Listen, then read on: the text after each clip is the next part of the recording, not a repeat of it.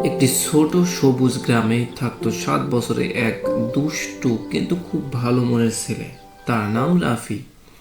রাফি সারাদিন নতুন কিছু আবিষ্কার করতে ভালোবাসতো। কখনো সে প্রজাপতির পিছনে দৌড়াতো, কখনো নদীর ধারে বসে মাছ দেখতো, আবার কখনো গাছের ডালে বসা পাখিদের সাথে কথা বলার চেষ্টা করত। একদিন সকালে রাফি তার ছোট ব্যাগটি নিয়ে বের হলো। সে ঠিক করলো আজ সে গ্রামের পাশের জঙ্গলে একটু ঘুরতে যাবে। জঙ্গলের ভেতরটা ছিল খুব সুন্দর, চারিদিকে বড় বড় গাছ, পাখির ডাক আর হালকা বাতাসে পাতার শব্দ। হাঁটতে হাঁটতে হঠাৎ রাফি একটা কান্নার শব্দ শুনতে পেল। কে কাঁদছে? রাফি চারদিকে তাকিয়ে বলল। সে একটু এগিয়ে দেখল একটা ছোট খরগোশ গাছের নিচে বসে কাঁদছে। রাফি জিজ্ঞেস করল, তুমি কাঁদছো কেন? খরগোশটা বলল, আমার মা হারিয়ে গেছে, আমি পথ খুঁজে পাচ্ছি না। রাফি খুব খারাপ লাগলো। সে বলল, ভয় পেও না, আমি তোমাকে সাহায্য করব।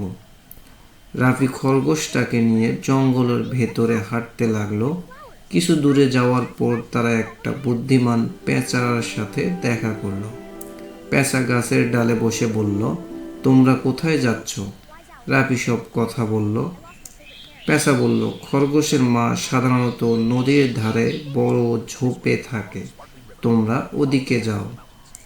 নদীর ধারে। রাফি আর খরগোশ নদীর ধারে গেল।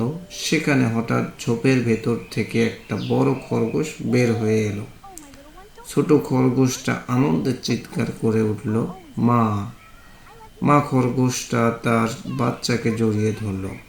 সে রাফির দিকে তাকিয়ে বলল, ধন্যবাদ রাফি, তুমি না থাকলে আমার বাচ্চা হয়তো হারিয়েই যেত। ঠিক তখনই জঙ্গলের বাতাস যেন একটু আলাদা হয়ে গেল। গাছের পাতা নেড়ে উঠল। একটা সুন্দর পাখি উড়ে এসে রাফির সামনে এক ঝকঝকে নীল পলক ফেলল।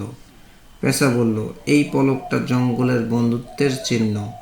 যে ভালো কাজ করে জঙ্গল তাকে মনে রাখে। রাফি হাসলো, তার খুব ভালো লাগছিল। সন্ধ্যা হয়ে এলো। রাফি বাড়ির দিকে হাঁটতে লাগলো। আকাশে লাল সূর্য ডুবে যাচ্ছিল।